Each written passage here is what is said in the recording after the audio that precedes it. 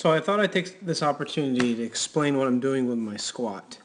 Now you'll watch me here and I'm tipping forward, and part of the reason why I'm tipping forward before I actually squat is to actually focus on unlocking my hips. One of my biggest problems right now are my hips. They're very tight and they're very stiff, and by leaning forward it kind of unlocks my hips and they create more room. Now why am I unlocking my hips? Now let's go watch me squat here. Essentially what I'm trying to do is I'm trying to maintain a neutral spine as much as possible. I'm trying to make sure that this spine stays completely straight and completely solid. And you can see, even though it's not something that you can realistically do right away, but what I'm trying to do is I'm trying to eliminate some of that butt wink you see there. Now it's a very small amount, it's minimal, it's totally fine. But one of the reasons why there is a butt wink is because of tightness in my hips, tightness in my ankles, and tightness in a lot of other areas.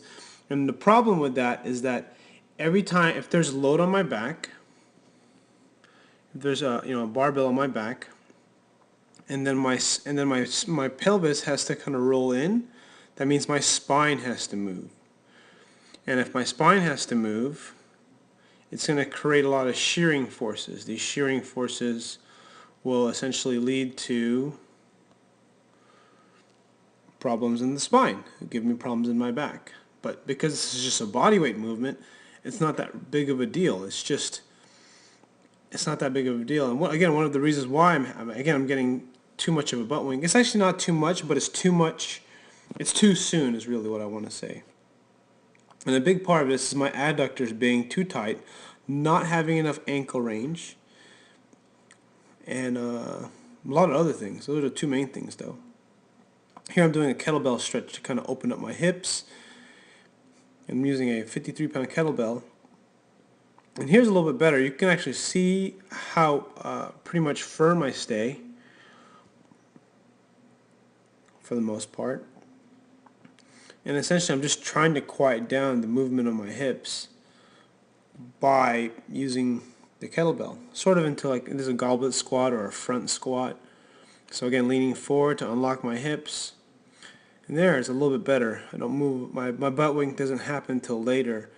I guess the one thing to really understand when it comes to the butt wink or the squat is that for a lot of people, especially even if you're pretty strong and you can squat fairly well, which is what I feel I can, is that this big toe has trouble staying on the ground.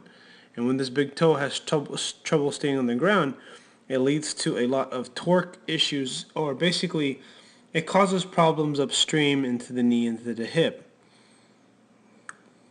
Here I'm squatting a little bit faster so that way you can see kind of my lack of motor control. And this is kind of why I get in trouble with my back when I do too many reps.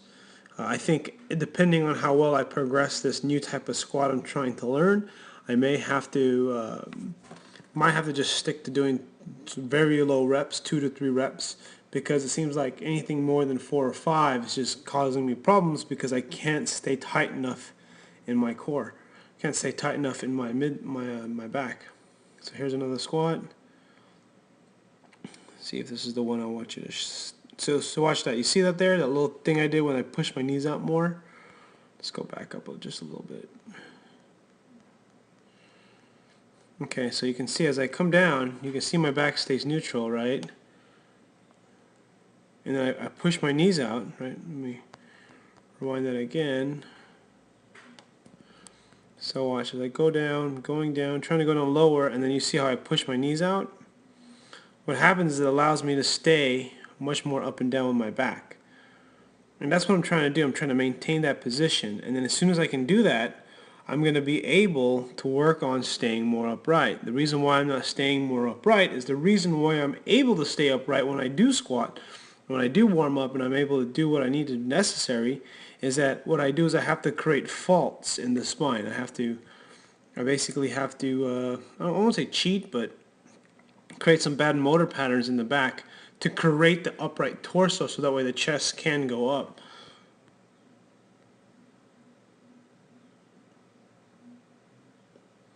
And here I'm just stretching, I'm trying to feel out everything.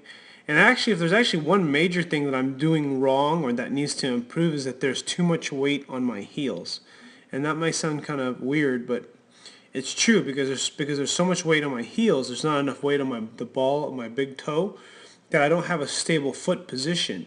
And that's kind of what the biggest problem is with a lot of people squat, where they're kind of missing torque, they're missing the ability to create a good stable position. And I think there are some people out there that can get away with it without it, but it's appearing that I'm not.